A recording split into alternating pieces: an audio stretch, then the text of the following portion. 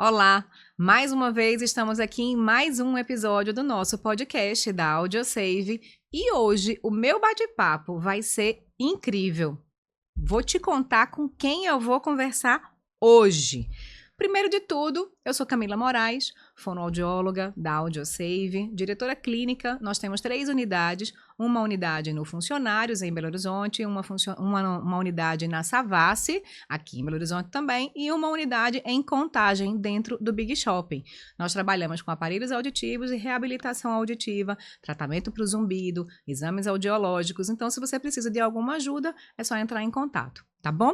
Ah, outra coisa. Se você ainda não se inscreveu no nosso canal do YouTube, clica ali naquele sininho para poder você receber as notificações, porque nós ainda não temos uma frequência muito grande no nosso podcast. Então, quando tiver isso tudo no ar, você vai saber, porque vai receber a nossa notificação. Então, se inscreve e ativa aí o seu sininho, tá bom? Então, hoje, o meu bate-papo, eu esqueci minha cola em casa, então eu tô aqui com a cola moderna hoje, então não é falta de educação não, tá, gente? É só porque eu tô com uma cola mesmo. Hoje, a gente vai conversar sobre um assunto que acomete mais de 740 milhões de pessoas no mundo. É uma situação que a gente vive no dia a dia como fonoaudiólogos e diversos outros profissionais passam por essas situações. Infelizmente, tem algumas pessoas que dizem: você tem que se acostumar porque isso daí não tem o que fazer. Do que eu estou falando? Zumbido. Então, se você tem zumbido, presta bem atenção em tudo que a gente vai conversar aqui hoje, porque hoje a minha convidada é nada mais, nada menos do que a minha fisioterapeuta, Karine Pataro. Karine é fisioterapeuta. Por favor, Karine, se apresente da sua forma, fique à vontade, seja bem-vinda e muito obrigada por ter aceitado o nosso convite para poder falar sobre isso, porque isso aqui é um assunto que ela domina, tá, gente? Vocês vão ver. Camila, muito obrigada por esse convite tão honroso e parabéns também por essa iniciativa, né, de separar esse espaço, esse tempo para divulgar informações sérias acerca, né, desse assunto tão importante e ainda tão desconhecido por muitos profissionais da saúde e pacientes, né, que sofrem aí com zumbido. É verdade. Karina, quem é você? Karine, me Bom, conta. eu sou fisioterapeuta, para quem não me conhece, e eu me formei aqui na PUC, em Belo Horizonte mesmo, no Coração Eucarístico. Fiz uma pós-graduação, a princípio, em reabilitação cardíaca. Eu não fui parar, na verdade, na atuação do zumbido de primeira, assim, Somos né? duas, eu também não. A vida nos conduz. Não é? Eu fui passando por várias áreas. Depois fiz uma pós em ergonomia. E aí, quando eu fui fazendo cursos, assim, em áreas afins, depois de ter trabalhado 7 anos, assim, no contexto hospitalar, eu comecei a atuar com disfunções temporomandibulares, que são disfunções dessa articulação aqui, que a gente usa para falar, mastigar, para deglutir. E eu comecei a receber muitos pacientes que vinham se queixando de zumbido. Sim. Karine, eu tenho um zumbido e tal. E quando chegava nessa queixa, eu ficava impotente, porque os profissionais, na verdade, não tinham domínio do assunto. Continuam não tendo, né, Karine? A gente ainda tem poucos profissionais que trabalham diretamente com zumbido de uma forma que seja realmente firme nisso. Às vezes a Isso, pessoa acha que sabe alguma coisa e aí fala, acaba dando alguma orientação errada, né? Então tem verdade. muita gente que ainda não conhece e é importante a gente fazer esse tipo de divulgação tanto para os pacientes, mas também para os profissionais, dizer assim, gente, tem muita gente que sofre de zumbido e a gente precisa de pessoas que entendam sobre isso, né? Então aí você caiu nessa área do zumbido dessa forma por conta da Isso. disfunção temporomandibular que você trata. Por conta da dor desses pacientes que eu chegava e conseguia contribuir para a qualidade de vida desses pacientes até um ponto. Quando chegava nas queixas de zumbido, nem os profissionais e nem os médicos, os fisioterapeutas e outros pesquisadores com quem eu tinha feito minha formação Não entendiam do assunto. conheciam. E então eu comecei a pesquisar, na verdade, um pouco sobre. Encontrei uma profissional, né, que era A Karina, fisioterapeuta. Karina. Ô, gente, Karina é top também, viu? Vocês, por favor, vão lá e olhem os conteúdos que ela cria, porque ela é muito boa. É Karina... Karina Bezerra. Bezerra, eu esqueci o sobrenome Isso. dela, Bezerra. E ela, juntamente com a doutora Tani Sanches, foram as primeiras a escrever um Deusa. artigo científico acerca dos sintomas e sinais relacionados ao zumbido somatosensorial, que a gente vai explicar, né? A gente vai falar sobre cada um dos tipos de zumbido, isso tudo, então a gente vai explicar tudo direitinho, tá certo, gente? Aguenta aí. E aí elas escreveram um artigo com esses sinais, esses sintomas, alguns critérios, na verdade, que ajudariam os profissionais da saúde a dar o diagnóstico desse tipo de zumbido. Direcionar, né? Então, desde que eu comecei, na verdade, minha formação nessa área, não parei mais. É um assunto intrigante, Ele vai curioso, trazendo a apaixonante. gente. Zumbido não tem outra coisa, é 880. É verdade. Né? Ou ama ou odeia. Então, o profissional que ama trabalhar, ele ama e ele faz sempre. E o profissional que odeia, quando a pessoa fala assim, eu tenho zumbido, a pessoa, pelo amor de Deus, socorro, some daqui, né? Porque são coisas muito desafiadoras que a gente precisa sempre conversar com muita orientação. Então, para aquele profissional que tem um perfil mais imediatista, acaba sendo muito mais difícil, porque o paciente de zumbido, ele requer idas e vindas, ele requer muitos cuidados, ele quer orientações que são necessárias de uma forma mais intensa, às vezes ele some, verdade. Né? Às vezes o paciente some, né? Desaparece. Então, isso tudo influencia muito na própria atuação da gente também, né? Às vezes a gente acaba desanimando um pouco, porque as pessoas acabam... Eu acho que é igual terapia psicológica. Quando começa a abrir umas caixinhas que a gente não quer abrir, aquilo dói, a pessoa e a gente tenta foge. se esquivar, né? Dói e foge. Então, isso acontece muito também. Eu sei que de tudo que a gente vai falar sobre zumbido, Karine, tem uma informação que eu acho que é muito importante que as pessoas conheçam. De todas essas pessoas que sofrem de zumbido no mundo, né, são 740 milhões de pessoas que têm zumbido no mundo. Dessas pessoas, mais de 90% têm alterações auditivas. Então, não é necessariamente aquela pessoa que tem o sintoma social da perda auditiva. Então, aquela pessoa que classicamente, o quê? Essa a gente já sabe que ela tem perda auditiva, a gente não precisaria nem de uma audiometria, porque os próprios familiares já diriam isso pra gente. Mas e aqueles pacientes que têm alterações auditivas que ainda não são percebidas nas questões sociais?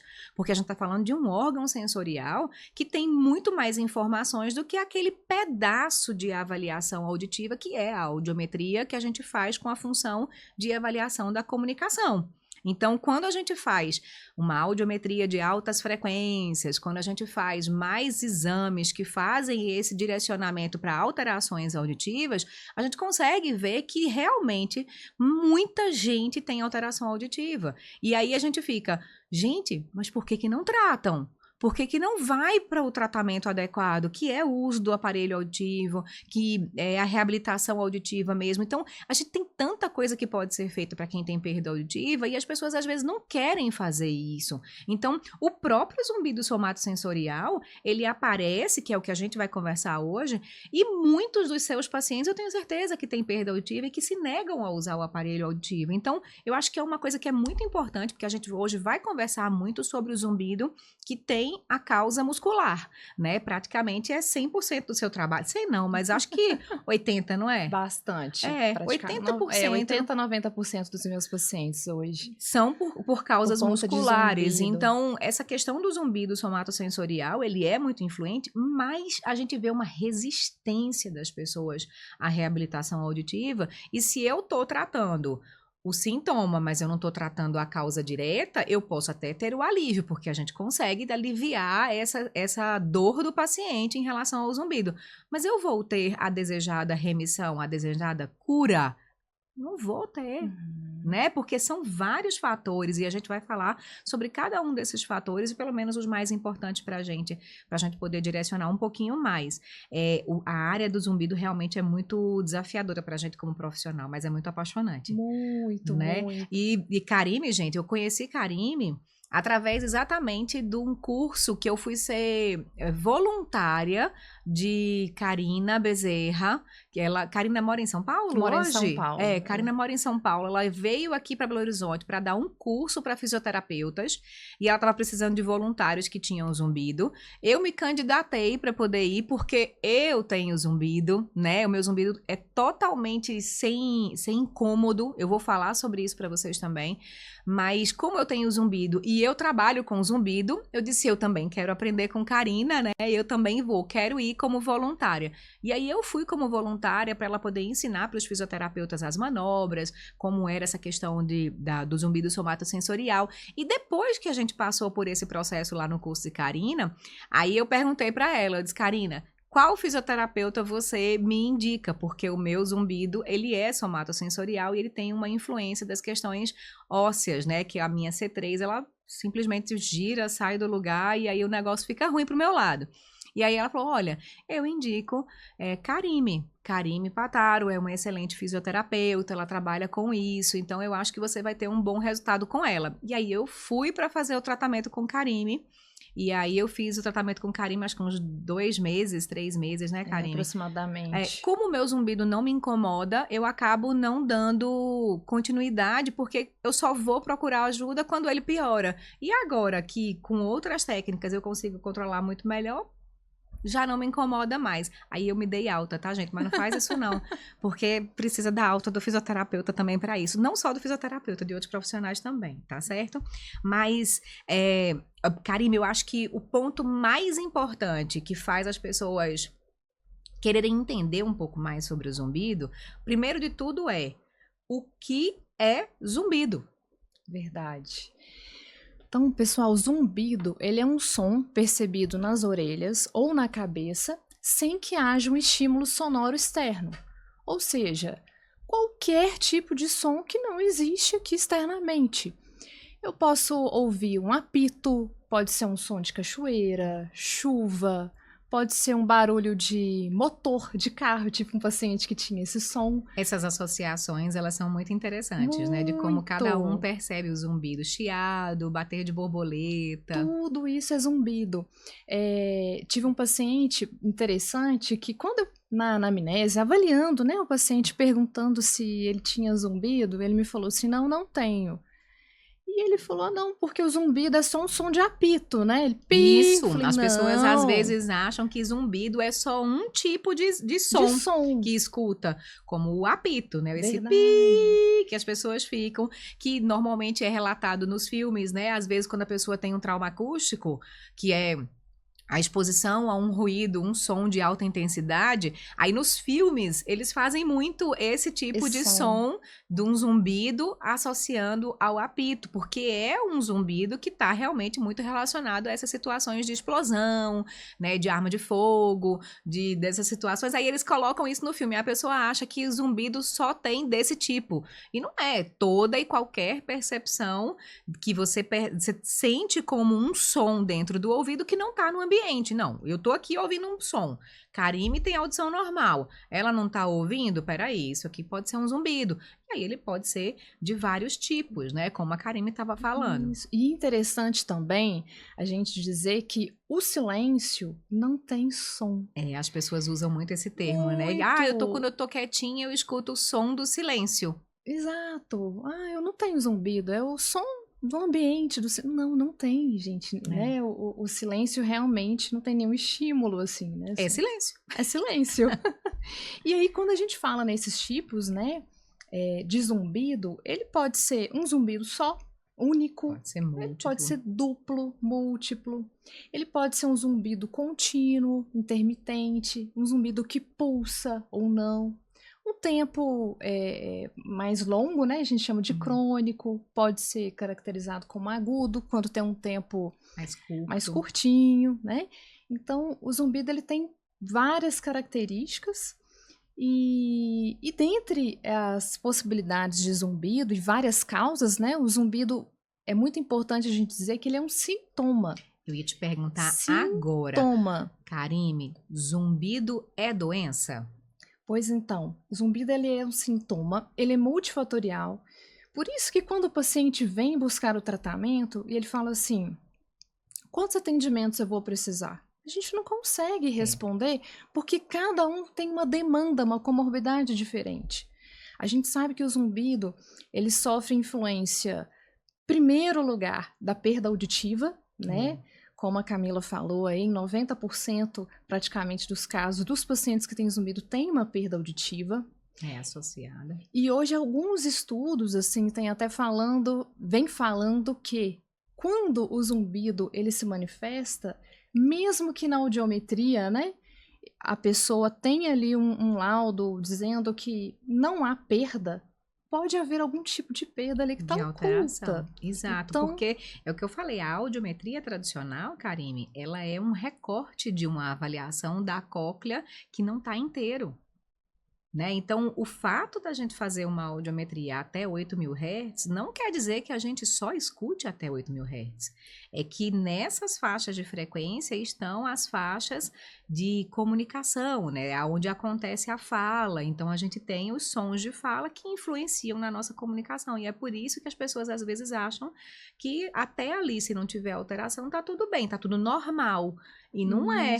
Tanto que saiu uma resolução do Conselho Federal de Fonoaudiologia há pouco tempo, não vou lembrar de cabeça quanto tempo tem, de que não é mais para a gente dar laudo baseado em média de normal. Quando existe alteração, por exemplo, na região dos agudos.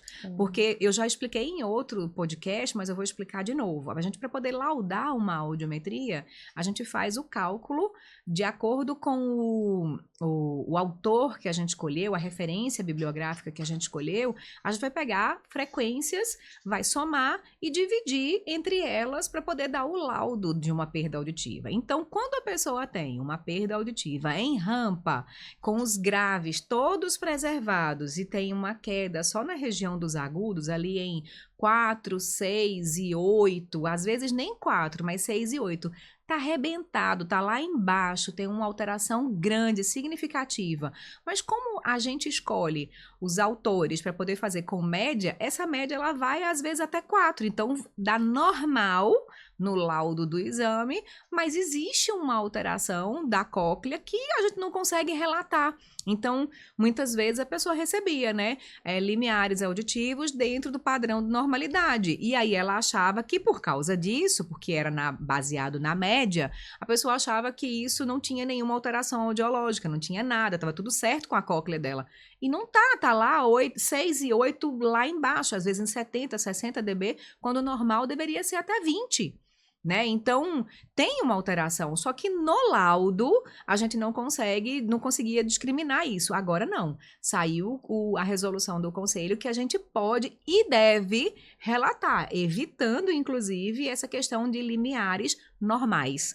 Por quê? Porque isso leva o paciente, isso leva o médico, que às vezes não entende do exame de audiometria, a tomar um caminho dizendo que aquilo ali não tem nenhuma alteração, quando na verdade tem uma alteração grande e uma alteração que necessita de tratamento. Então, agora, graças a Deus, eu tenho fé de que isso em pouco tempo vai acabar. Então, você não vai mais receber isso, tá certo? Então, aos pouquinhos, a gente vai conseguindo reorganizar também essa área para que não entre no direcionamento de um erro, porque tem alteração. Então, como é que a gente diz limiares normais? E outra coisa também, né, Camila? Você deve perceber bastante na sua rotina. Muitas vezes eu recebo paciente que, ainda que o laudo ele refira ali, faça referências a um tipo de perda, a pessoa vira e fala para mim, Karime, o profissional com quem eu me consultei falou que tá tudo normal.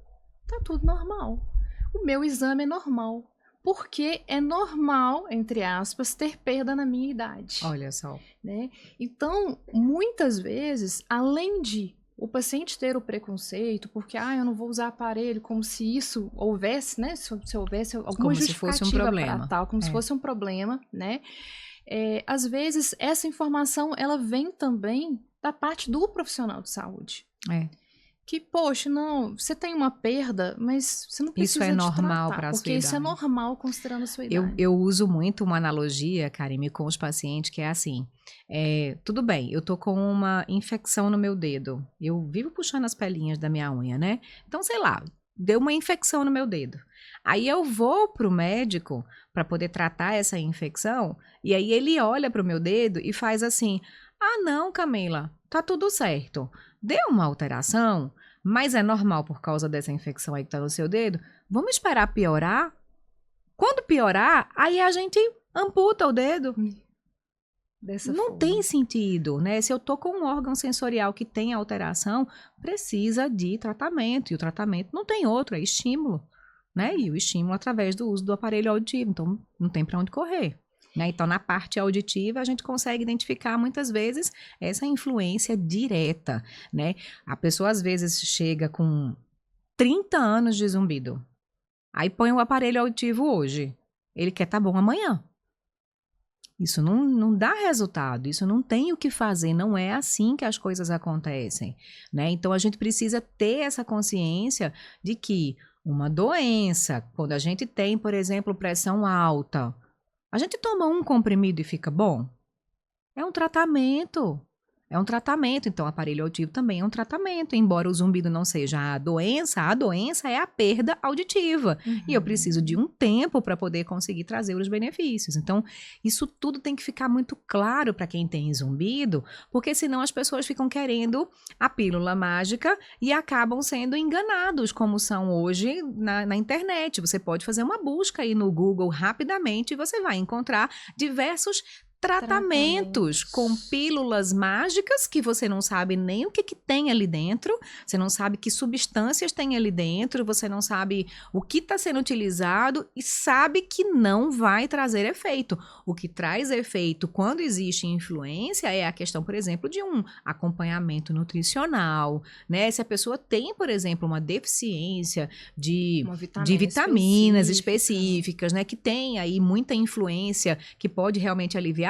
Claro que vai dar efeito, mas isso é prescrito de forma personalizada, conforme os seus exames. Aí você pega e compra um remédio que tem natural. Ah, tá, você sabe nem o que tá ali dentro. Se tiver droga ali dentro, você tá tomando. Verdade. Porque não tem controle, não tem registro na Anvisa, não tem nada. E as pessoas, às vezes, no desespero, né, por terem passado por vários profissionais, começam a se render a esse tipo de apelo aí. Da mesma forma que aquele apitinho, né? Como eles têm uns sons, não é? De tudo. Eu esqueci o nome que eles usam. Cone chinês, vitamina de morango, complexos vitamínicos, assim, também. Genéricos. Com vários nomes, assim, que... E tem um som, tu já viu um que tem um som, que eles vendem um som, que você coloca um fone de ouvido e aí você escuta esse som e as suas células ciliadas vão se regenerar. Eu digo, oh Deus, se isso existisse, né, a gente não teria tantas situações desse jeito. Ah,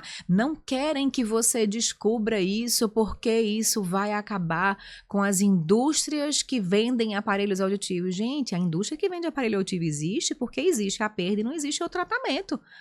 É para isso que serve, não é para ser vilão, né? Claro. E é importante também, assim, até deixar claro para as pessoas que estão nos assistindo que o zumbido, ele é um sintoma e ele é multifatorial.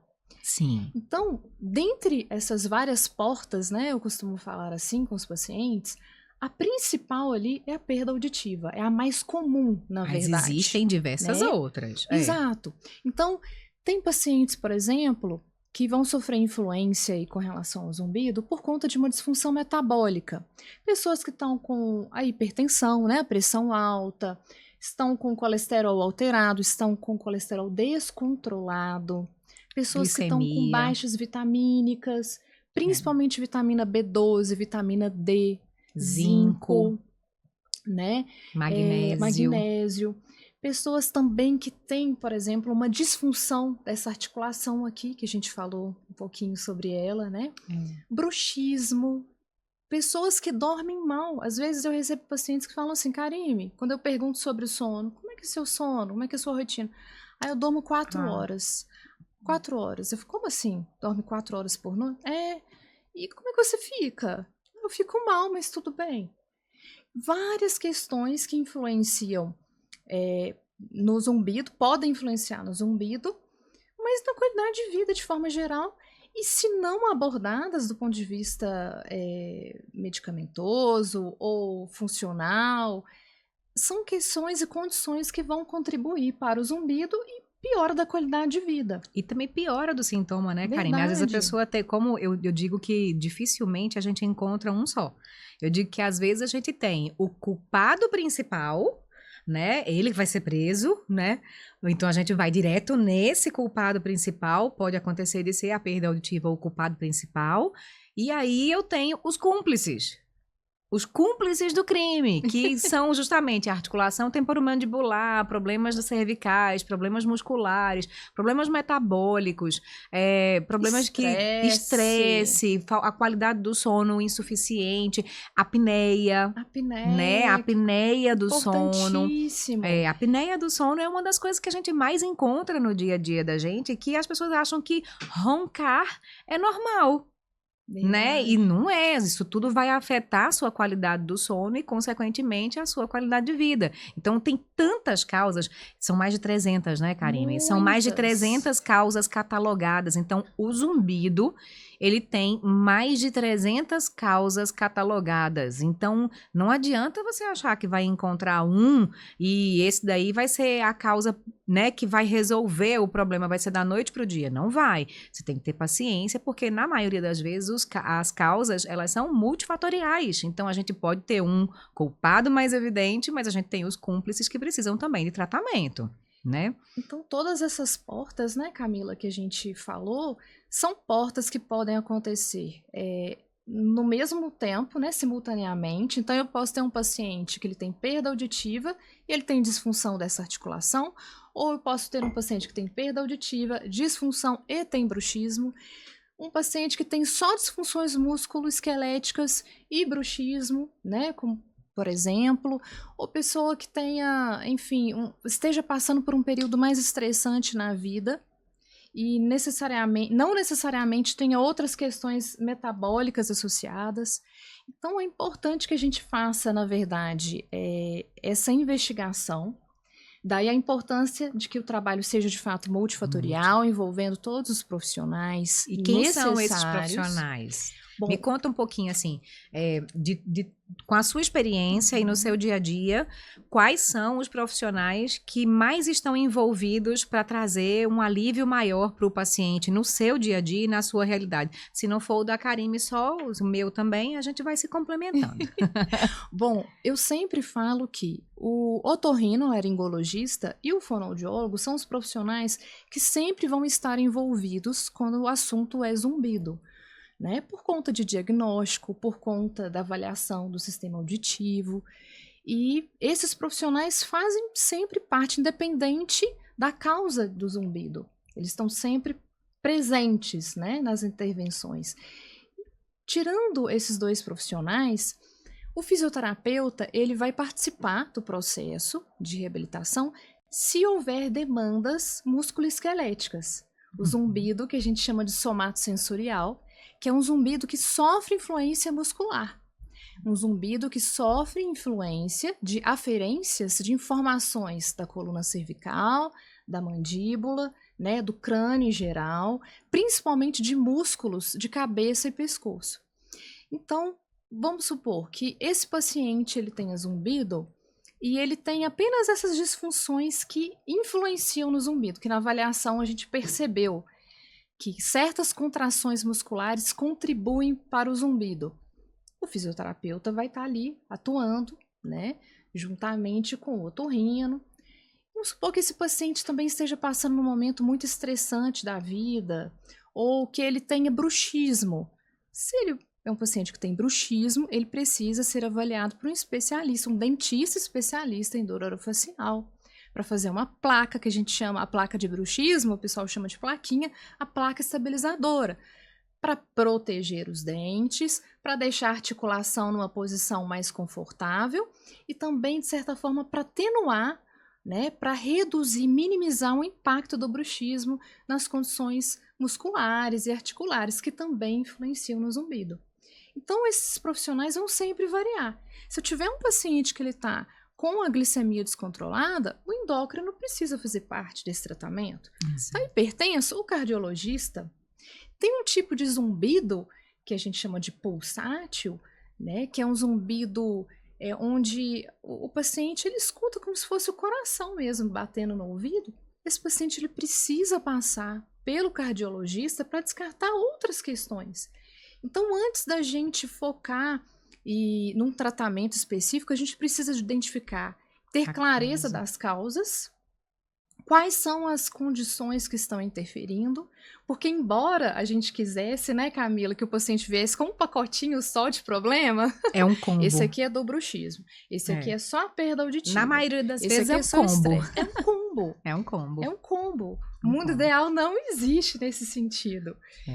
Então, se a gente tem questões múltiplas, assim, né, a gente precisa, na verdade, de tratamentos que envolvam todas essas condições e profissionais específicos da área. Exatamente. No meu dia a dia, né, porque a minha população é uma população que está enviesada, né? A minha pesquisa é uma pesquisa enviesada. A gente tem uma clínica de aparelhos auditivos, então quando as pessoas aparecem por zumbido, na maioria das vezes, que já é a maioria mesmo das pesquisas, ela tem uma alteração em relação à audição. Então quando a gente começa o tratamento com o aparelho auditivo, a gente consegue realmente ter uma melhora, nem sempre tão significativa, mas a gente sabe que está fazendo um trabalho ali que é importante, porque tem que reabilitar aquela audição. Mas no meu dia a dia, no geral, a gente percebe que tem uma necessidade muito grande do otorrino, né? Eu digo que o otorrino, ele é o médico que é o maestro da orquestra, né? A gente trabalha em equipe, na maioria das vezes não é o médico que realiza os tratamentos especificamente, mas é o médico quem mais coordena esses fatores que estão acontecendo de forma simultânea. Ele que vai juntar essas peças do quebra-cabeça, na maioria das vezes, quando ele é um especialista em zumbido. Não é qualquer médico. É por isso que, infelizmente, ainda hoje, tem alguns médicos que, sem conhecimento, dizem que o zumbido não tem tratamento e que a pessoa precisa se acostumar com isso. Isso não se faz, né? A gente sabe que a influência dessas ações, dessas palavras, ela é muito negativa e isso é muito ruim para o paciente. Então, é importante que um médico seja um médico especialista na área de zumbido. A gente está na cidade de Belo Horizonte, mas eu tenho certeza que em todas as cidades tem pelo menos um, né? Então, se você precisa de um médico para ter uma indicação para um tratamento de zumbido, pode mandar mensagem que eu vou mandar, eu vou pesquisar. A doutora Tanigan Sanches, que é uma especialista, que é renomada, que é uma grande referência na área de zumbido, há muitos anos, eu estava na faculdade ainda, quando a doutora Tani já era famosa nessa área, porque ela foi a primeira pesquisadora dessa área. Ela, da última vez, no último curso que eu fiz com ela, eu estava grávida, a Bia já está com 5 anos, Olha. Eu estava grávida e aí ela estava fazendo um catálogo de profissionais que são especialistas na área de zumbido, justamente pela demanda e pela necessidade de indicar pacientes para outros profissionais que precisam que o paciente precisa de um acompanhamento presencial. Hoje ela, inclusive, atende online.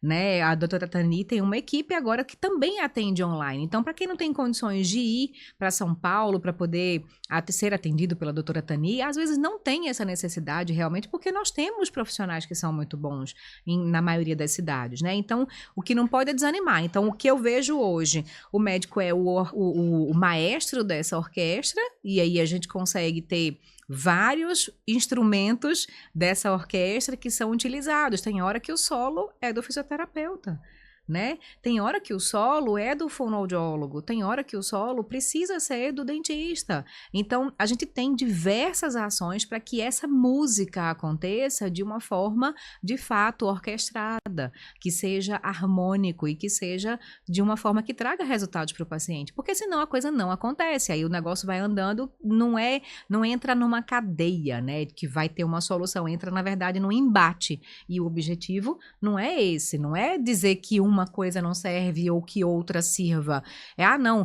Só serve se for dessa forma. Não, não é, porque tem tantas causas, como é que só vai servir de uma forma? Isso não vai acontecer. E é importante também, né, você está falando aí que o médico seja especialista em zumbido, que os outros profissionais também atuantes nesse tratamento sejam. Por quê? Gente, vamos supor que o paciente tenha bruxismo, ele fizer uma placa inadequada, uma placa de silicone, a gente sabe hoje que o paciente que nada. tem bruxismo, ele precisa de uma placa de acrílico, uma placa rígida, uma placa que seja ajustada. Recebo vários pacientes, não, me disseram que eu tenho bruxismo, eu já fui no meu dentista, no meu amigo. Não adianta, não vai ajudar, como pode piorar o quadro. Da mesma forma, Karime, que a placa sozinha não resolve o problema do bruxismo. Não resolve, de forma alguma. O bruxismo, para quem não sabe, eu inclusive aprendi com Karime, tá? Bruxismo, para mim, era só o ranger dos dentes à noite. E não é. Pasmem, vocês também. O bruxismo não está presente apenas à noite, na hora que você trava os dentes ou que você range os dentes. Não é só isso. Existe um tal de bruxismo em posição estática, enquanto a gente está aqui conversando e eu estou aqui segurando a minha boca. Como é o nome disso, Karime? Bruxismo em vigília. Vigília. Olha esse nome, bruxismo de vigília. Pelo amor de Deus, eu descobri que eu também tenho bruxismo de vigília. Porque na minha faculdade, na época que eu me formei, a orientação era: a sua língua precisa ficar sugada no palato enquanto você está em repouso. Não tem ninguém na vida que fique com a língua sugada no palato e que os dentes não fiquem encostados. Né? E não é assim. Isso faz com que o bruxismo em vigília aconteça, que foi Karime que me ensinou isso. E aí eu comecei a soltar os dentes. Ela me indicou um aplicativo, tá, gente? Ótimo. Solte os dentes. Desencoste os dentes. Aí o aplicativo fica te lembrando toda hora lá para você desencostar os dentes. É muito bacana. E é importante. É igual também, beber água, né? Exato. Tem aquele aplicativo ótimo que fica assim: beba água, beba água, beba água. É a mesma coisa. E é importante também, quando a gente fala em bruxismo, a gente tem o bruxismo em vigília, que é esse que acontece quando a gente está acordado. E aí, nesse bruxismo, a gente considera o encostar dos dentes, bruxismo, ranger dentes, bruxismo, apertar os dentes, bruxismo, mas também manter uma contração sustentada da musculatura mastigatória, ainda que você não encoste os dentes, também é bruxismo. Por isso que, quanto muitas vezes os profissionais vão, avaliar o paciente para ver se ele tem bruxismo ou não, e ele procura desgaste nos dentes dos pacientes. Ele está fazendo uma parte dessa avaliação, né? É uma parte e não necessariamente precisa existir.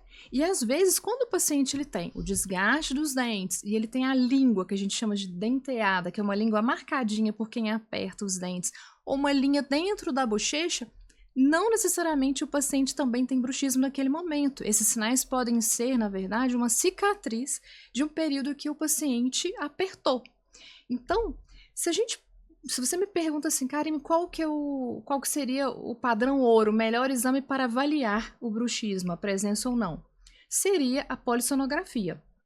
Mas, na verdade, a nossa rotina, com a prática clínica, com os sinais, e sintomas do paciente, a gente já consegue ter esse entendimento. E muitas vezes, se acontece durante o dia, bruxismo em vigília, quando o paciente, na verdade, está acordado, não durante o dia. Bruxismo em vigília. Se acontece quando o paciente está dormindo, bruxismo do sono. Quando ele está dormindo, como ele está inconsciente, ele precisa da placa. E não vai ter controle do que ele está fazendo enquanto ele está dormindo.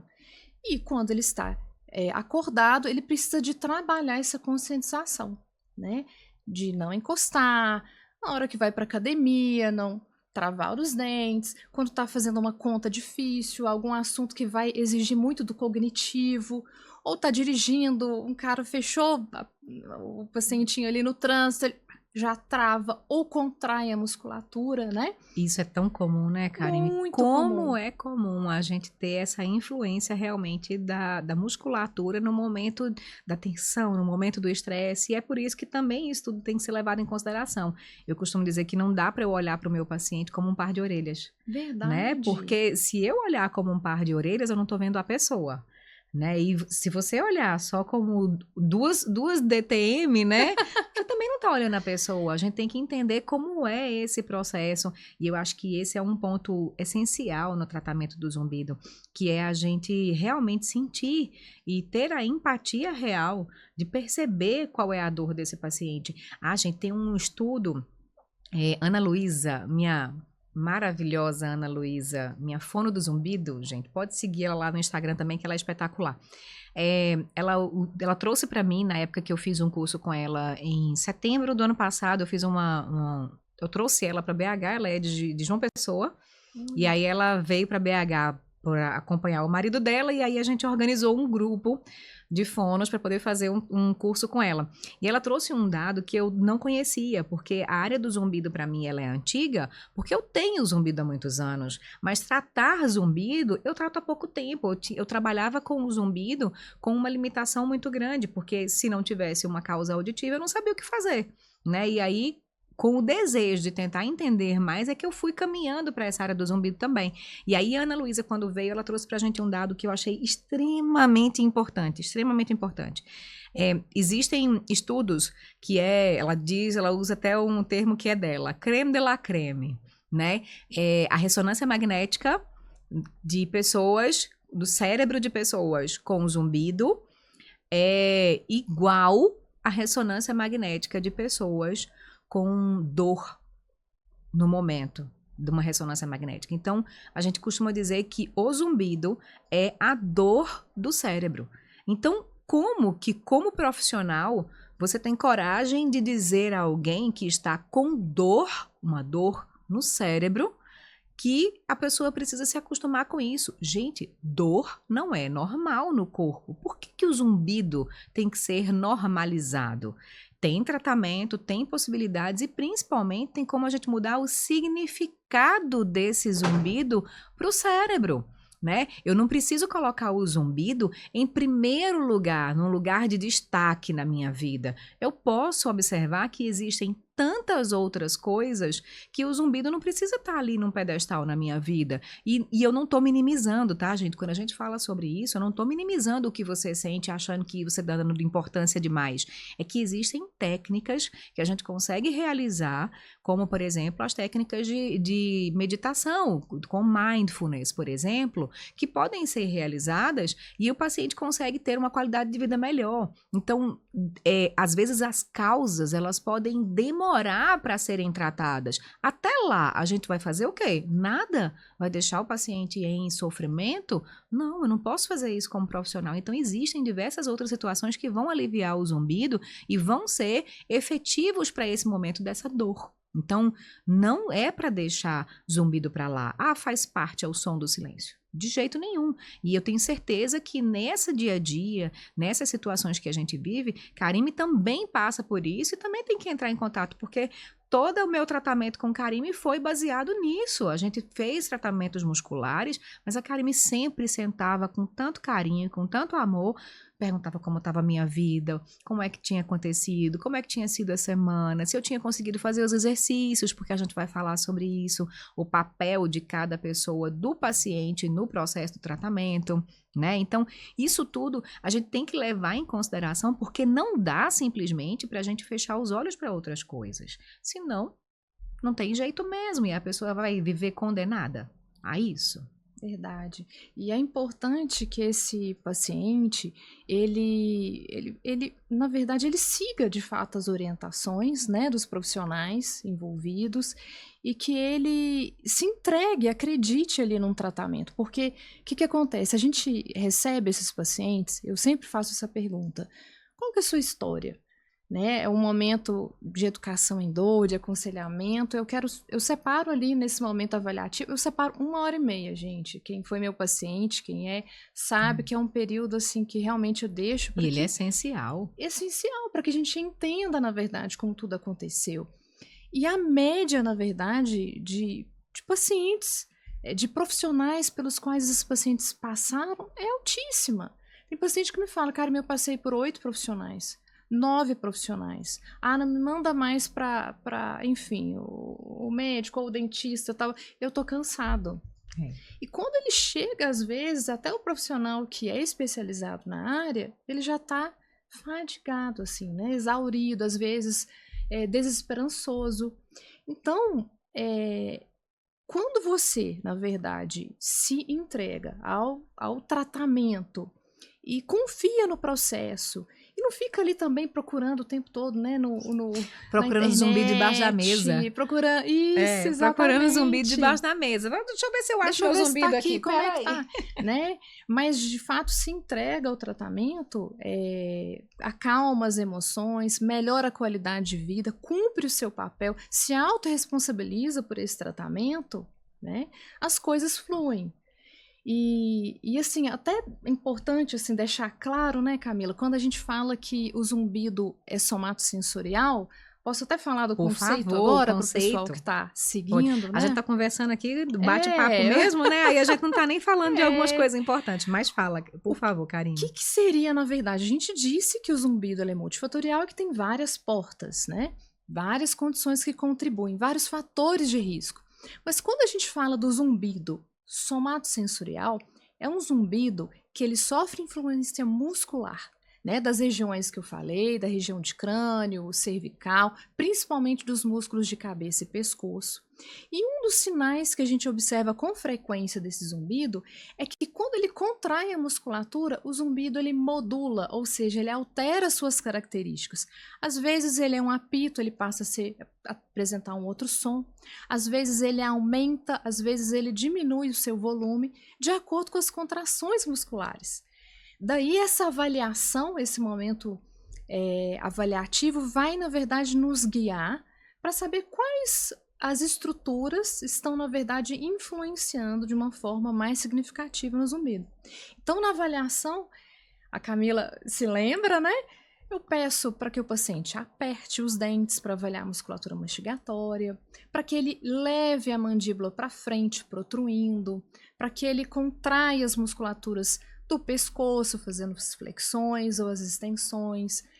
Eu peço também para que esse paciente ele siga com um alvo sem movimentar o pescoço para que eu possa avaliar o movimento dos músculos oculomotores, porque a gente sabe que tem zumbido também que sofre influência de movimento ocular.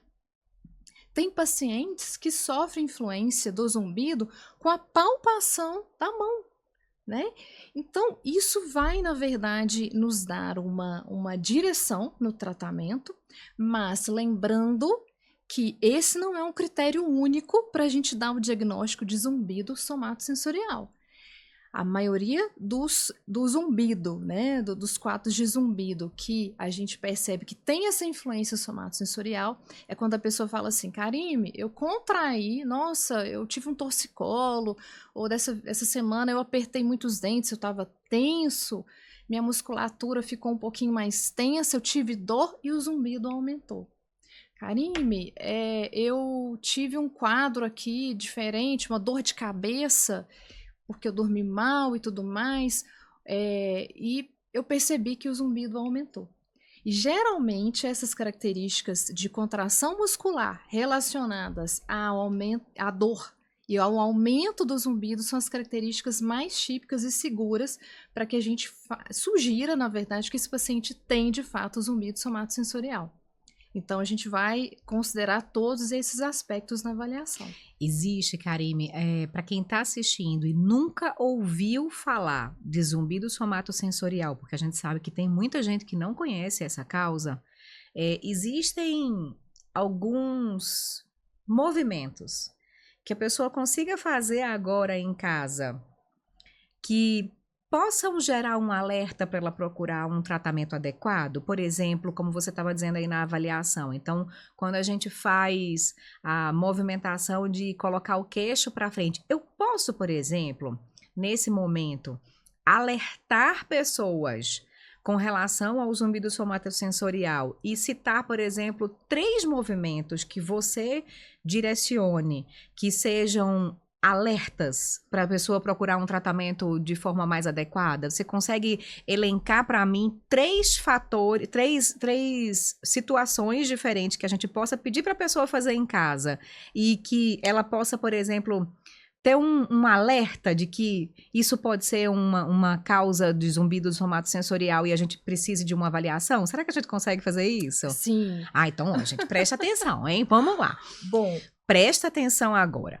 3 movimentos que você vai ter um direcionamento para saber se o seu zumbido pode ter uma causa muscular e pode ser um zumbido somatosensorial? Eu posso pedir, né, para que você em casa aperte os dentes. Isso é muito comum, muito frequente, né? O bruxismo que a gente falou. Então, apertar dos dentes. Você pode encostar, apertar os dentes e manter essa contração durante aproximadamente 5 segundos. E observar se nesse momento o zumbido ele aumenta o volume, se ele reduz o volume, ou se ele altera a frequência, o tipo de som. Esse é um teste interessante de se fazer, lembrando que um critério único não faz a gente bater martelo. É apenas, como a Camila falou... para servir de alerta. Exato. A gente pode também observar se durante as flexões você leva a sua orelha em direção ao ombro, observa se o zumbido altera da mesma forma que no apertamento, se ele aumenta, diminui. Faça esse movimento 3 vezes, mantendo essa contração, essa posição durante 5 segundos e repita. É interessante também quando o paciente tem esse zumbido aí com influência, né, somatosensorial. E também a gente pode pedir para esse paciente levar a mandíbula para frente, muito comum também, musculatura mastigatória. Então, protruir, né, a gente chama de protruir, levar a mandíbula para frente. Então, fazer esse movimento e voltar. Mantém essa posição por aproximadamente 5 segundos e retorna. Então, esses são 3 causas, assim, né? Bem comuns. Então, preste atenção, tá, gente? Na dica da Karime. Então, se você fez flexão do pescoço, segurou 5 segundos, voltou para o lugar, fez mais uma vez e fez outra, foram 3 vezes. Pode fazer para os 2 lados para poder você avaliar se isso vai ter essa influência. Se você fez e aí modificou alguma coisa no seu zumbido, mexeu, diminuiu, aumentou ou mudou o tipo do zumbido. Se você colocou o queixo para frente, dessa forma, né? Isso. Assim, mudou o zumbido. Ou se você fez qual foi o terceiro, Karime? Desculpa. Foi a flexão, a protrusão e o apertar dos dentes. Então, apertar os dentes, flexionar o pescoço para um lado e para o outro 3 vezes durante 5 segundos e a protrusão do queixo. Algum deles mudou, acende um alerta e procura um especialista que trabalhe com zumbido somatosensorial, porque você tem um pezinho para provavelmente ter essa influência aí de um fato muito importante. A gente observa também, Camila, quando relatos de que a pessoa se deitou, né? Fui tirar um cochilo à tarde e acordou com um zumbido. Muitas vezes é o bruxismo acontecendo, né? Nesse período aí dessa soneca, ativou a musculatura mastigatória, acordou com zumbido. Olha só. Ou quando ela também vai se deitar à noite, apoiou a cabeça sobre o travesseiro, do lado esquerdo ou do lado direito, especificamente, eu percebi que o zumbido alterou suas características. Isso também é interessante. Eu te contei, né, Karime, na consulta, que eu descobri que tinha tratamento para zumbido com uma fisioterapeuta, que foi uma fisioterapeuta que eu amei, que tratou de mim durante um período maravilhoso da minha vida, que foi a Babi, a Bárbara. Ela hoje mora no Canadá, ela abandonou geral aqui o Brasil, e aí ela mora no Canadá hoje. Eu tava fazendo um tratamento com ela para o joelho. Olha. Aí eu tava fazendo um tratamento com ela pro joelho, que eu tinha um problema no joelho, e aí ela me atendia na parte de cima da clínica, quando a clínica ainda era lá na Rua Maranhão. E aí depois eu fechava as portas, subia com ela e ela fazia comigo a sessão lá. Aí teve um dia que ela tava mexendo no meu joelho, eu tava fazendo os exercícios, e aí ela falou assim, então deita aqui, Camila. Aí na hora que eu deitei, quando eu deitei, eu disse, eita, Babi, peraí que assim não fica bom não, porque assim o meu zumbido me ataca. Aí ela... Você tem zumbido? Eu digo, desde que eu me entendo por gente. Aí ela, não tem condição. Deixa eu ver isso aí. E aí ela foi fazer a palpação da minha coluna cervical, dessa região mesmo. E aí ela disse, Camila, parece que a tua C3 está fora do lugar. Aí eu disse, como assim fora do lugar? Aí ela disse, olha, pela palpação aqui... ela tá fora do lugar, mas eu preciso de um exame. Então, marca um ortopedista para a gente poder solicitar um raio-x da coluna, e ela pediu o raio-x da coluna inteira, e aí, depois disso, quando chegou o raio-x, porque o ortopedista não levou a sério, ele riu na minha cara. Ele falou comigo assim, o quê? A fisioterapeuta pediu um raio-x para poder ver a questão do zumbido? Aí eu olhei, o senhor se importa de pedir para mim, por favor? Aí ele pediu, eu nunca mais voltei nele e levei para a Babi. E aí a Babi olhou e tava lá. A minha C3, ela tava realmente girada. E aí a gente estendeu o tratamento, porque era só pro joelho, e aí depois passou a ser para cervical. E eu fiz com ela, acho que eu fiz umas 12 sessões com ela, e eu melhorei muito, porque ela precisou mexer em toda a minha parte muscular primeiro, para poder permitir a colocação no lugar da minha C3. E aí depois que ela conseguiu colocar no lugar, ela fez uma manipulação, colocou a minha C3 no lugar. Menina, meu zumbido foi embora igual mágica. Igual mágica. E eu já convivia com o zumbido há muitos anos. Então, existem coisas que acontecem que a gente nem imagina. Depois disso, eu virei a louca da cervical.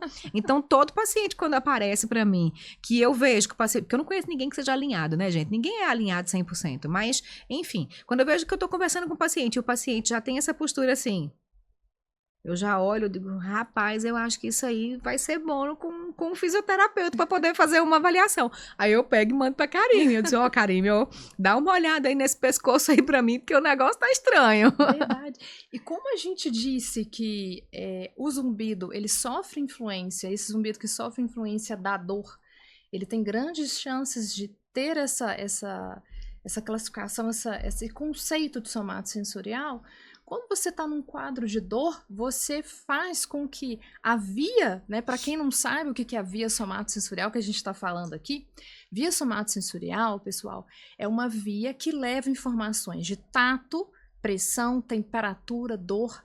Então, no nosso corpo, né, a gente tem várias vias que levam informação até o nosso cérebro para que a gente perceba o que está acontecendo. E essa via, quando ela é estimulada, por exemplo, por um quadro de dor, ela está paralela, ela anda em paralela com a via do sistema auditivo.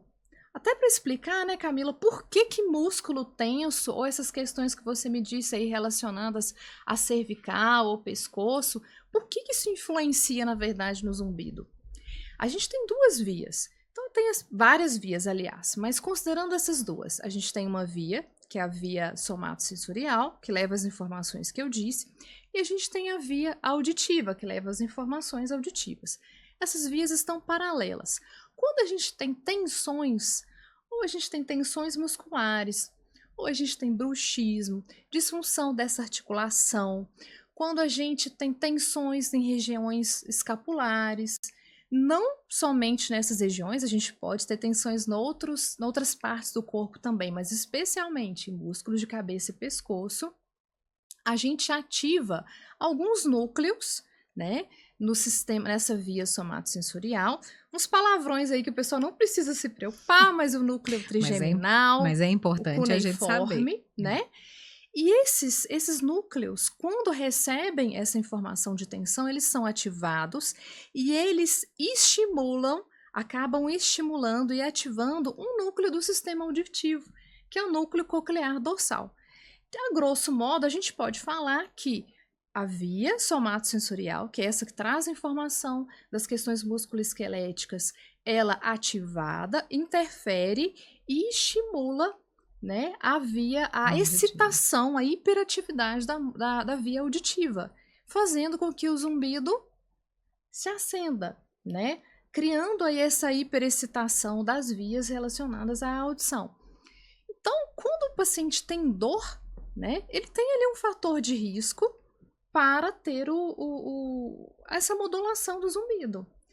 Quando você me diz, Camila, que você falou, Karine, a minha vértebra, eu estava com um desconforto aqui na região cervical, fui tratada, fiz a reabilitação musculoesquelética, e você me diz, Karine, eu melhorei, né, do sintoma. Por que isso acontece?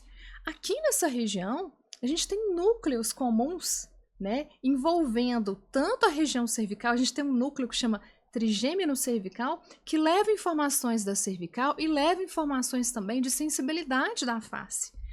Então, muitas vezes, quando a gente sabe que um desses nervos que passa por aqui da sensibilidade da face, que é, na verdade, o trigêmeo, ele está hiperativado, ele está ativado, é um nervo que tem uma relação com a inervação de alguns músculos que fazem parte do sistema auditivo e da musculatura mastigatória também. Tá tudo muito misturado. Até porque a gente está falando de estruturas que são estruturas muito próximas e muito pequenas, né? Não é uma coisa assim, a gente está falando de um corpo, a gente não está falando de um carro, né? Que as peças estão ali separadinhas. As nossas peças, elas estão todas juntinhas, né? E elas passam pelo mesmo duto, né? A nossa coluna, né? Ela passa todas essas informações, então isso tudo está muito perto. Então, a gente quando percebe essas influências, é por isso que existe tanta ligação, né, Karime? Eu adoro o jeito que você explica. Eu fico assim... Adoro, porque é uma forma muito didática para gente que não conhece o que é essas vias, entender, e também para quem conhece, porque é importante que as pessoas compreendam que o zumbido realmente tem várias influências e que não dá para a gente esperar que a pílula milagrosa faça o efeito que as pessoas querem ontem.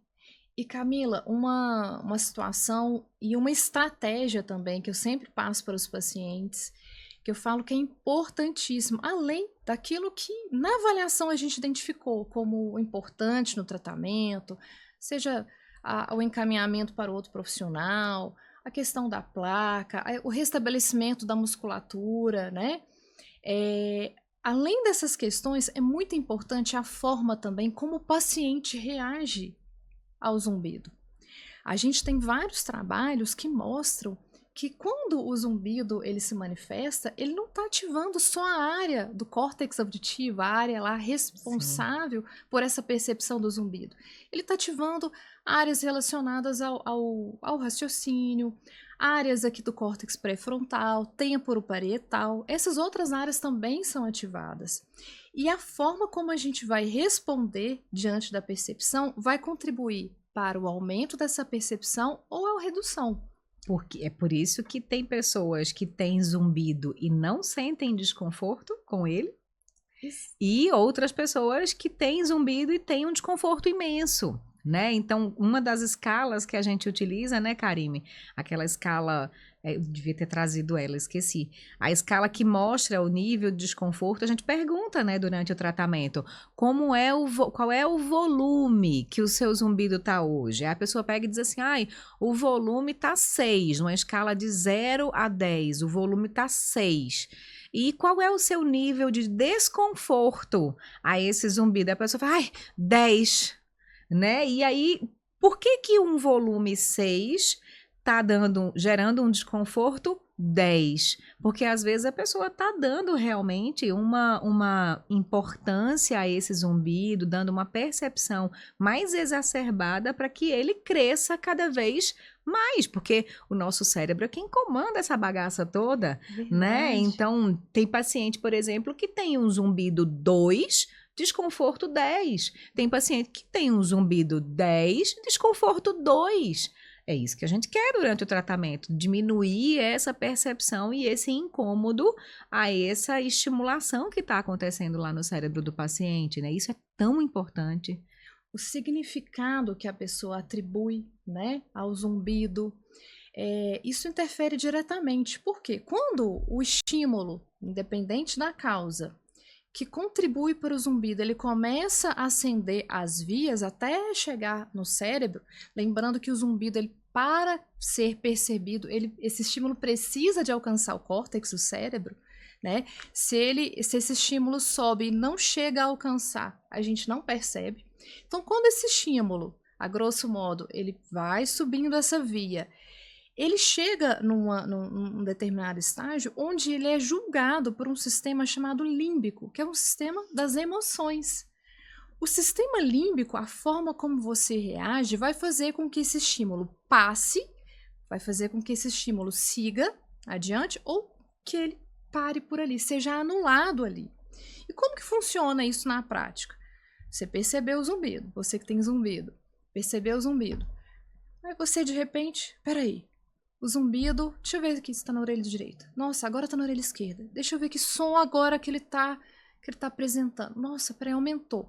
Se você fica hiperfocado, né, hipervigilante com relação ao zumbido, você informa para o cérebro que essa é uma informação importante e ele vai realçar essa percepção para você. Ele vai fortalecer um circuito neuronal que estimula e evidencia a percepção do zumbido para você.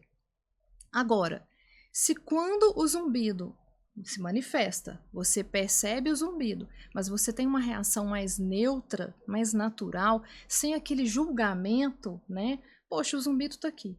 Ó, eu já tô fazendo o que eu preciso fazer, não vou me preocupar, tô com os profissionais, fiz o meu para casa direitinho, não vou te dar a bola não.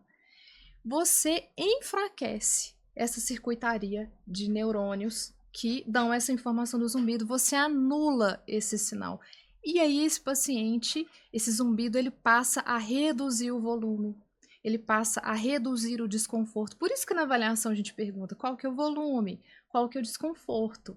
Inclusive, quando a gente fala de tratamento relacionado ao zumbido, a gente tem dois caminhos, né, Camila? A gente pode ter o caminho da remissão, onde o zumbido ele vai embora.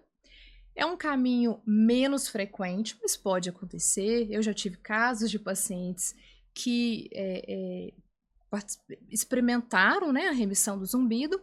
E a gente pode ter um outro caminho, que é o caminho da habituação, onde o zumbido ele existe, mas ele não atrapalha a sua qualidade de vida. Você praticamente não percebe. Por exemplo, Camila, a minha mãe, ela tem zumbido. Você me falou que tem. Ela não percebe. E às vezes eu falo, mãe, eu não faço isso com frequência porque a gente não quer chamar atenção.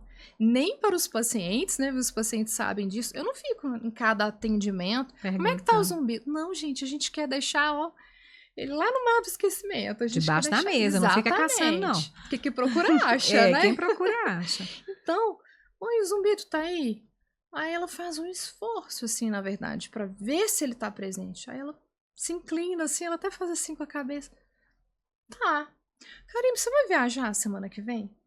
Porque essa informação passou. Eu faço uma associação exatamente do que você está falando, Karine, com o barulho do ar-condicionado. Então, por exemplo, a gente está agora dentro de um estúdio. O estúdio tem um ar-condicionado. Tudo que tem motor tem som. Então, a gente está aqui conversando, tem o som do ar-condicionado, eu identifico que ele está desse lado aqui, e para o lado de cá tem os computadores que estão fazendo as gravações. Então, a gente está nesse momento exposto a dois sons que são constantes e que eles estão ali. Enquanto eu não falei deles, provavelmente a Karime não estava nem ouvindo. Exatamente. Por quê? Porque o cérebro dela não deu importância a esse som. É exatamente a mesma coisa com o zumbido. Né? E essa é a explicação, a tradução de tudo isso que a Karime explicou de forma perfeita, para que a gente entenda que se eu concentrar, nossa, mas que ar-condicionado barulhento? Nossa, esse ar-condicionado deve ser muito velho, porque ele deve estar com algum problema.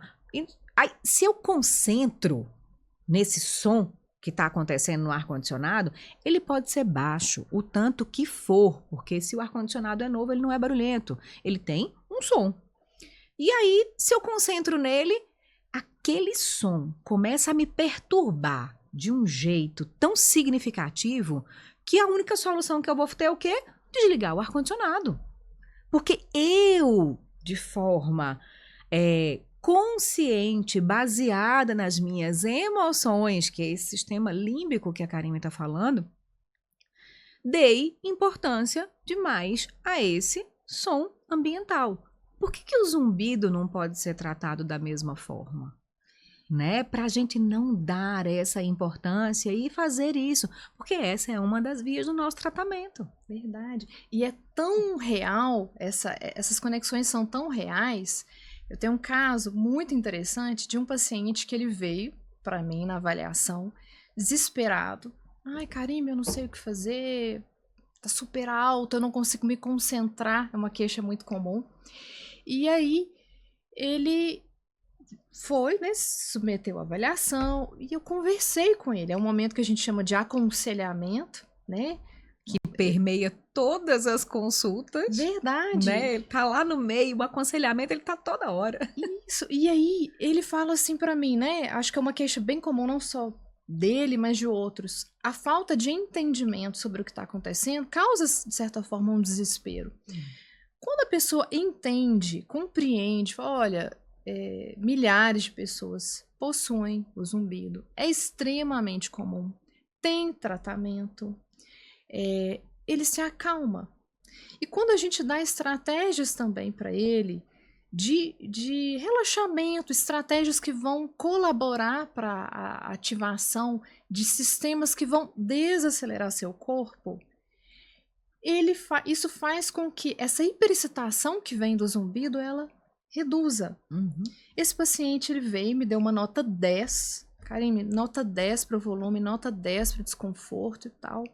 Recebeu ali essas primeiras orientações, ele se acalmou, foi para casa. Na semana seguinte, ele voltou com um zumbido desprezível. Karine, olha só.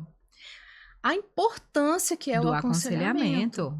Né? A importância que o paciente tem, além das tarefas, dos exercícios, das mudanças de hábito, a importância do emocional desse paciente nessa percepção e nessa modulação aí do zumbido. Então, eu sempre falo, olha, as estratégias aqui técnicas, comportamentais, os encaminhamentos necessários de outros profissionais, eu estou fazendo. Porém, quando o sintoma vier, é com você. A forma como você vai reagir é sua. Eu não posso estar com você nesse momento. Você vai ter que tomar essa atitude de mudar a forma de pensar, né, acerca disso, se acalmar e criar e executar estratégias de relaxamento que vão contribuir, na verdade, para essa redução aí do sintoma. Exatamente. Eu gostaria, por exemplo, muito de pagar a nutricionista e ela me fazer emagrecer só por causa disso. Mas, infelizmente, não é possível. Da mesma forma que eu tô lá pagando academia. Eu vou ter que ir lá na academia para poder saber por que eu não tô emagrecendo, porque eu não tô indo lá, né? Então, por que eu não tô emagrecendo, né? Se eu tô pagando academia. Não é assim, gente. A gente tem que ter a nossa realização. Então, os profissionais, eles existem para direcionar. Quem realiza o processo, quem faz, é o paciente. Então, não adianta você pagar um tratamento e não realizar. O que deve ser feito por você. Não adianta você receber as orientações e não realizar aquilo da forma como tem que ser no momento certo. Por quê? Porque tudo tem a sua ação e a sua responsabilidade sobre isso. Karime, enquanto você estava falando, você falou sobre os hábitos, né? A gente já falou sobre a importância do sono, mas existem também algumas orientações relacionadas às questões alimentares que, embora nós não sejamos nutricionistas, a gente sabe que existem hábitos alimentares que podem trazer uma percepção maior do zumbido e fazer com que o paciente perceba o zumbido de uma forma mais alta ou incomode-se muito mais com o zumbido. O que você destaca em relação às questões alimentares que a gente precisa ter atenção? Bom, é importante que a gente tenha certa moderação com relação ao consumo de cafeína, né? Antigamente, os profissionais que recebiam um paciente com queixa de zumbido já cortavam o café da pessoa de cara. Café, chocolate, chá preto, chá mate. Verdade, era tudo. Uma lista. Tudo que é preto, viu? Cuidado, se o marido for preto, não pode também não, né? Então, tem que ter cuidado. E aí, essa cafeína, né, era muito vista como vilã ali no zumbido. Porém, a gente teve acesso a estudos populacionais que não associaram, na verdade, o consumo de cafeína ao aumento do zumbido necessariamente. Não quer dizer que, poxa, agora tá liberado, posso exagerar. Baldinhos. Consumo moderado. O que a gente sabe, e a gente tem embasado na literatura, é que a cafeína, ela aumenta a chance de bruxismo, que é fator de risco para o zumbido. Então, moderação com relação à cafeína, com relação ao açúcar, né? A gente sabe que muitos pacientes aí, quando exageram no açúcar, eles têm uma piora do sintoma. Bebidas alcoólicas, o exagero, a gente sabe que o álcool ele é ototóxico, então o exagero aí com relação às bebidas alcoólicas pode contribuir também para a piora do zumbido. E o período prolongado em jejum, né, os pesquisadores, né, a gente ainda não tem muitos trabalhos assim falando sobre, mas os pesquisadores eles orientam que a pessoa não permaneça muito tempo assim em jejum, porque o nosso sistema auditivo não trabalha com estoque de energia. Então que se faça alimentações mais regulares, né? E todo aquele cuidado que eu falei. Tá com colesterol alterado? Controla o colesterol. Faça uso do medicamento que o seu médico prescreveu. Ah, não, me prescreveram isso daqui, mas eu não uso.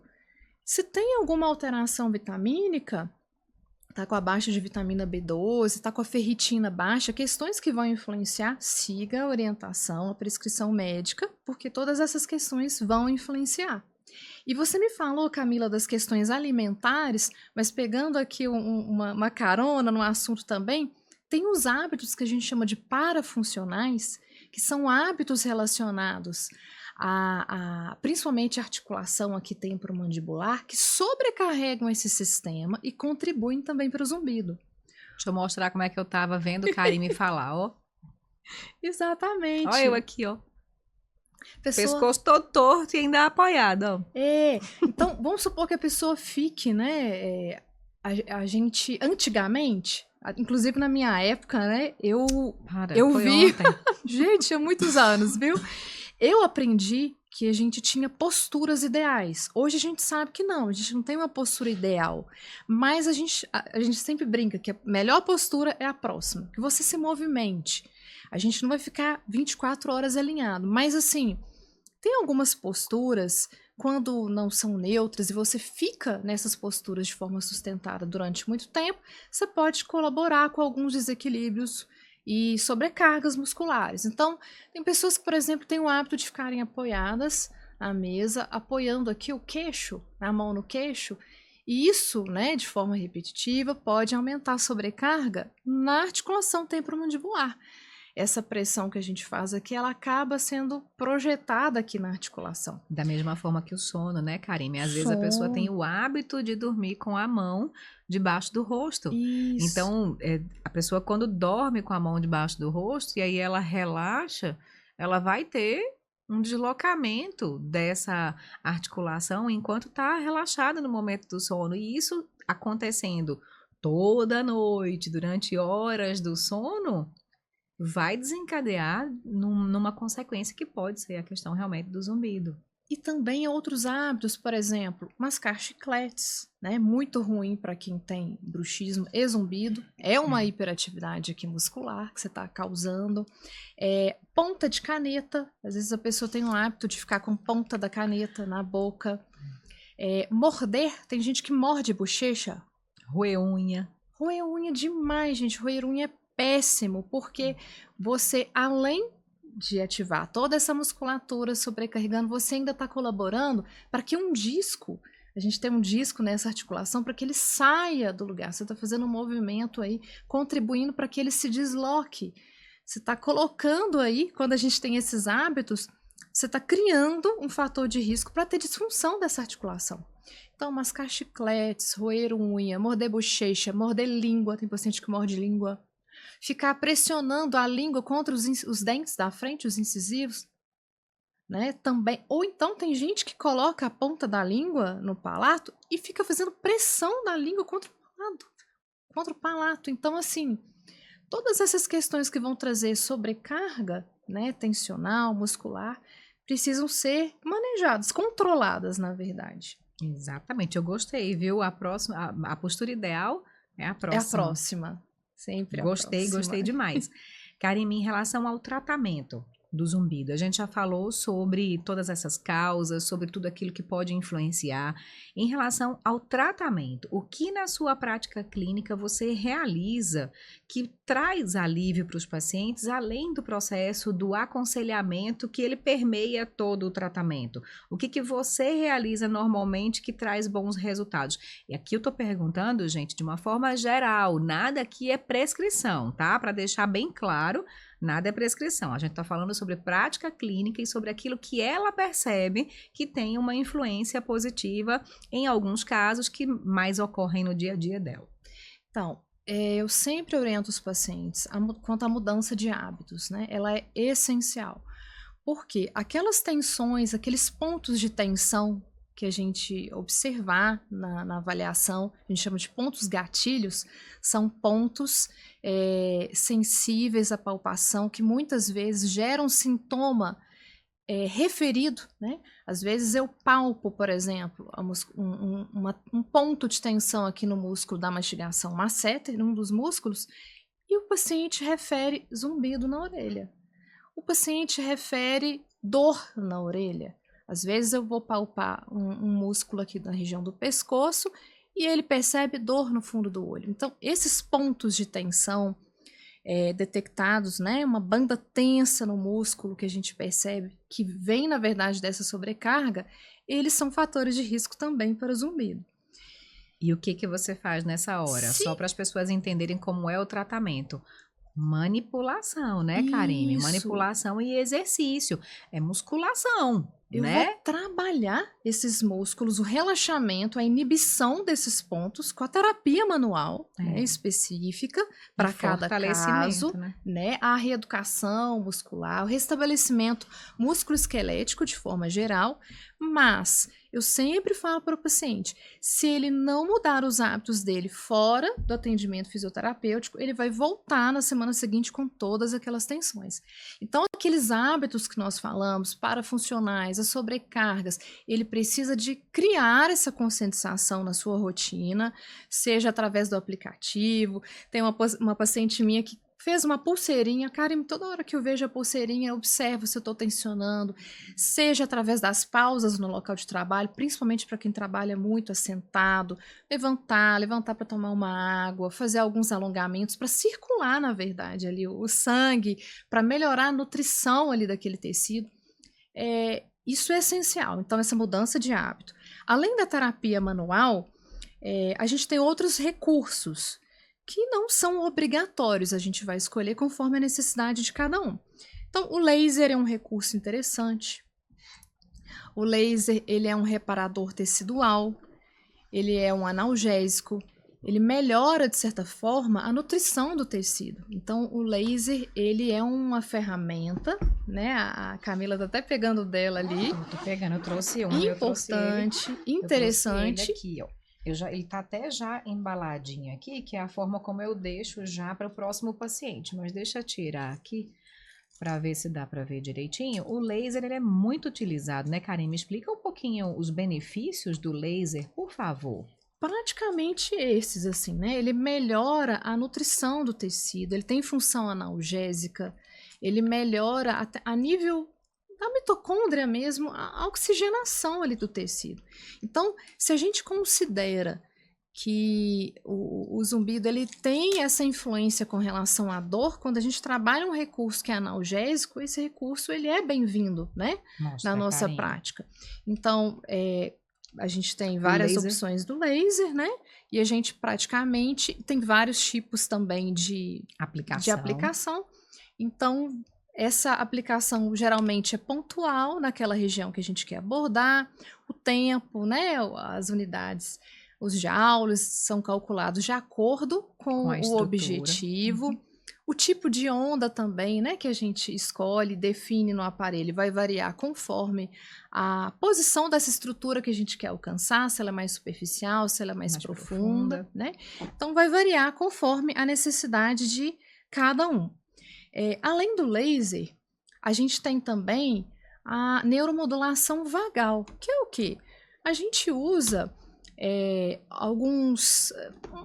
de certa forma, um adaptador aqui que a gente coloca nessa região aqui próximo ao tragus, né? E essa região aqui do lóbulo. Ou a gente pode colocar em outras regiões também, que estimulam esse nervo chamado vago, e estimulam o sistema que a gente chama de parasimpático. Quando o nervo vago, né, o sistema parasimpático, ele é ativado, ele reduz, né, ele desacelera o nosso corpo, ele deixa, de certa forma, a gente mais relaxado. Então é muito interessante também, considerando que os pacientes com zumbido são muito ansiosos, essas questões emocionais interferem muito, então é um recurso que a gente pode utilizar também. Como a gente está falando de músculo, Karine, eu trouxe alguns dos meus recursos aqui também para poder mostrar. Então, eu uso muito essas bolsinhas de gel, tá vendo? Elas vêm assim, e aí a gente esquenta ou resfria. Na maioria das vezes a gente usa ele quente, né, para trazer mais conforto, mais relaxamento. Então a gente usa, pelo menos para minha prática clínica, eu uso elas quentinhas. E aí essa bolsinha, eu achei ela muito boa, porque você coloca aqui, ó, dentro da bolsinha, a bolsinha quente. E aí você posiciona. Então, por exemplo, a Karime está falando ali sobre disfunções da articulação temporomandibular. Uma bolsa de água quente é uma das indicações que a gente faz nessa situação para poder aliviar, para dar um pouco de analgesia e para o paciente conseguir fazer isso em casa. Então, se isso acontece, pode ser utilizado, por exemplo, dessa forma, ó. E aí a pessoa consegue fazer, ó. Como eu fiquei bonita, gente. Isso. E aí a pessoa consegue fazer essa compressão, né, com água quente nessa região do rosto. Então, se tem essa indicação, são recursos que podem ser utilizados em terapia e também em casa, porque tem o para casa para fazer, né? Então, além desses recursos, a gente sempre prescreve, na verdade, exercícios baseados na demanda, né, de cada paciente, para que esse paciente vá dessensibilizando, na verdade, essa via somatosensorial que a gente já explicou.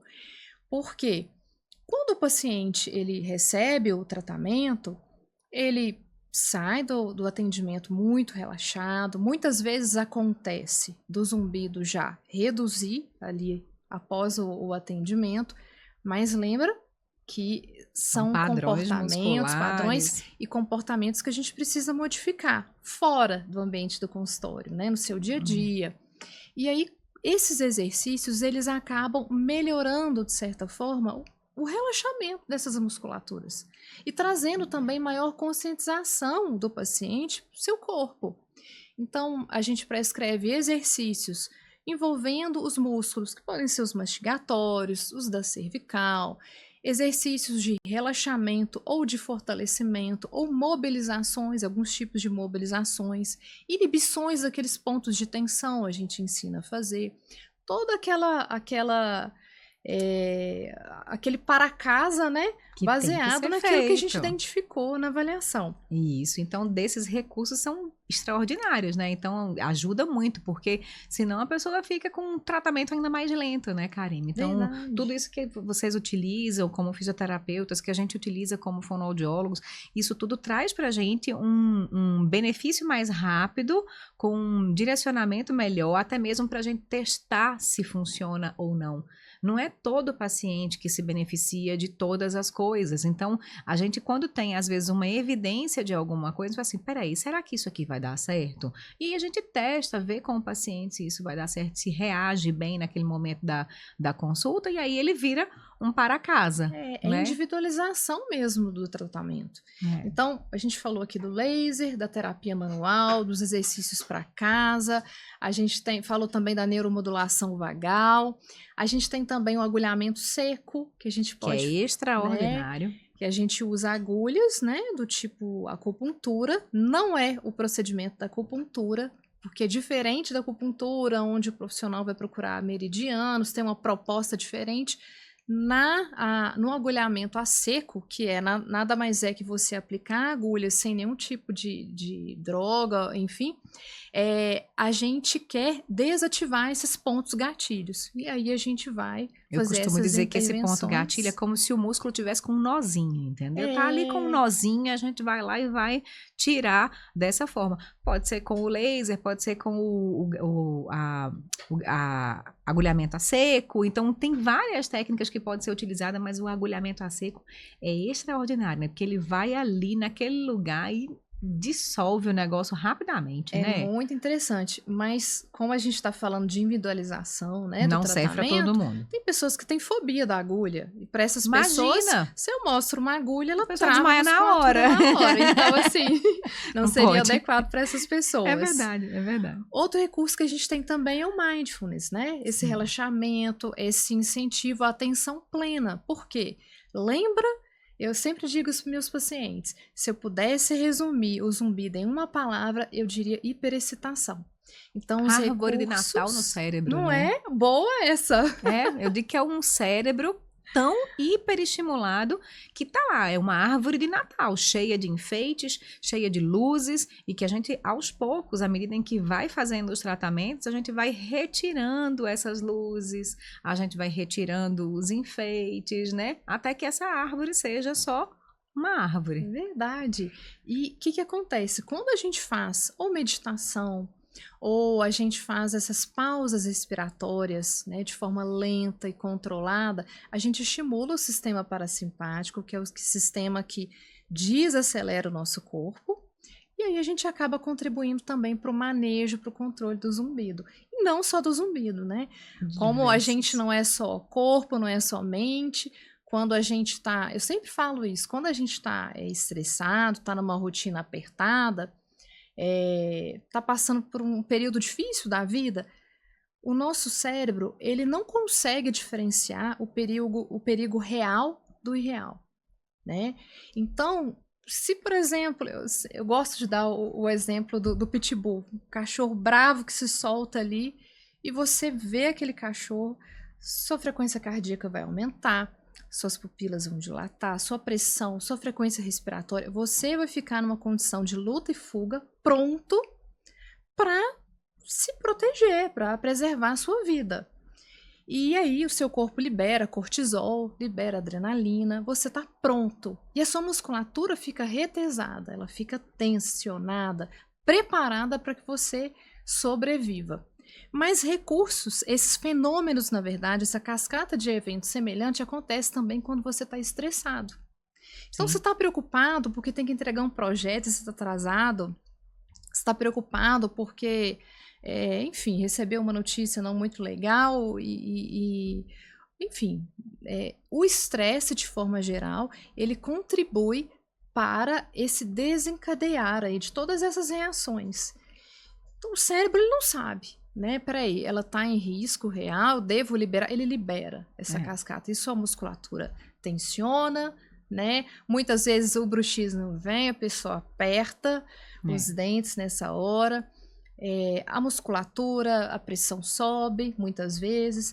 Então, essas medidas de relaxamento ao longo do dia, elas ajudam a gente a desacelerar e a informar para o cérebro de que a gente está numa situação de segurança. Exato, exato. E é essencial, né, Karine? Porque não adianta a gente viver em modo sobrevivência. Viver em modo sobrevivência não é viver, né? Quantas vezes a gente pergunta para o paciente e diz assim, qual a parte do seu corpo que você lava primeiro no banho? A pessoa nem sabe responder. Por quê? Porque o cérebro está tão acostumado a viver em modo automático e enquanto está tomando banho, está pensando naquilo que tem para fazer depois, vivendo no futuro, né, com essa ansiedade, com essa preocupação com o futuro que vem, e a pessoa não consegue estar no momento presente, ela não consegue observar que tudo aquilo que ela vive nesse momento é essencial. A gente está aqui agora vivendo um momento que é único, né?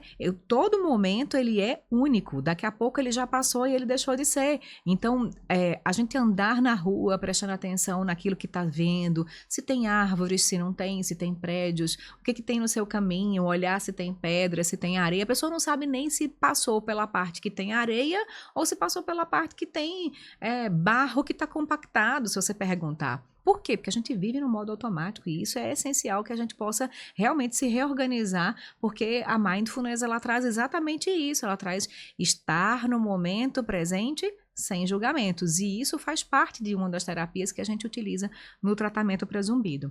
Karime, antes da gente acabar, eu queria te fazer uma pergunta.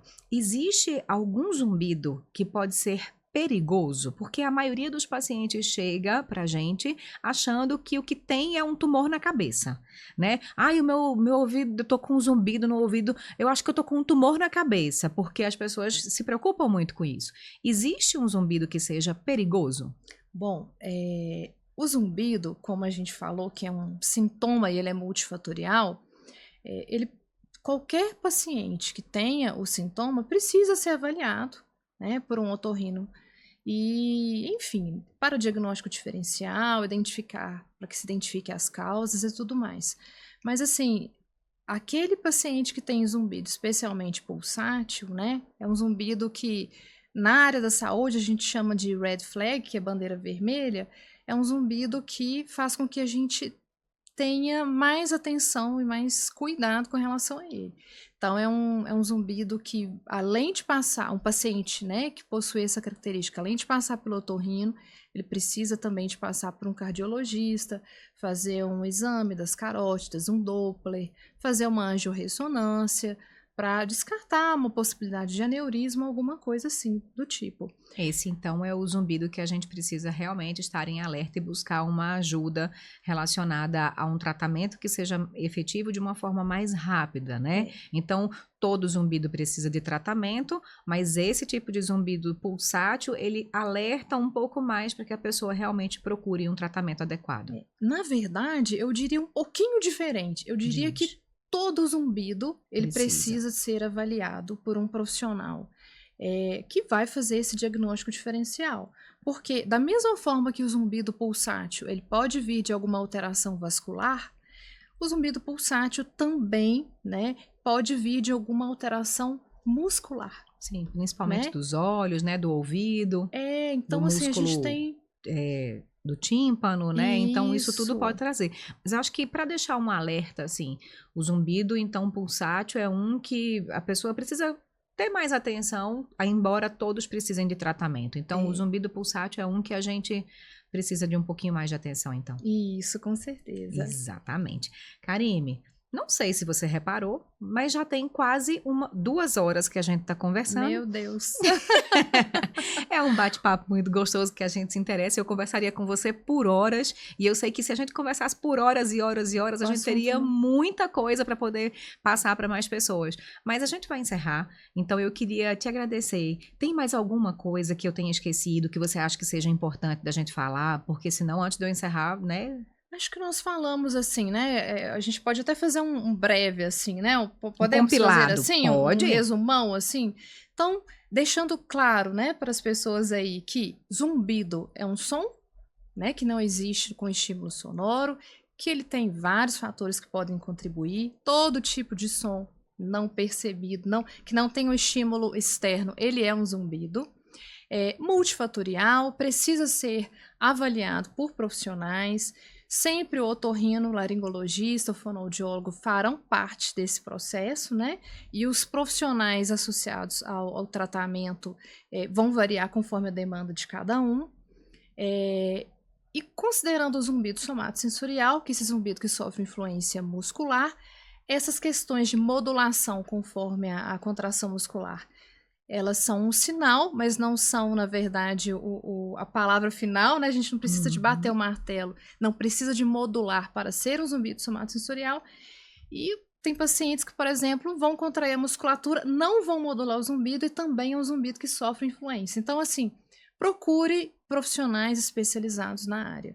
Procure o otorrino que entenda do assunto, o fonoaudiólogo, o fisioterapeuta, dentista que seja especializado. Siga o tratamento, acalme seu coração, porque é uma condição muito comum, né? Quando então a gente fala no zumbido somatosensorial, tem um prognóstico muito bom. E é isso aí.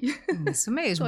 E se você está em Belo Horizonte, e você quer entrar em contato com a nossa clínica ou com a Karime, ou quer uma indicação de um dentista que seja especialista na área, um otorrino que seja especialista na área, pode mandar uma mensagem pra gente, que vai ser um prazer que a gente possa te ajudar e te indicar para um profissional que entenda do assunto para tratar você. Se você não mora em Belo Horizonte e mesmo assim precisa de uma indicação, pode mandar mensagem também na nossa DM ou aqui nos comentários no YouTube, aonde você encontrar as nossas redes sociais, você pode, por favor, mandar uma mensagem que a gente vai tentar encontrar profissionais aí para que sejam indicados para o seu tratamento na sua cidade ou na cidade mais próxima, tá certo? Karime conhece gente no Brasil inteiro. Eu conheço também uma boa parte do pessoal aí, tá espalhado principalmente no Nordeste, né? Então, a gente consegue ter indicações que são efetivas, então não deixa para lá. Zumbido tem tratamento. Tá certo?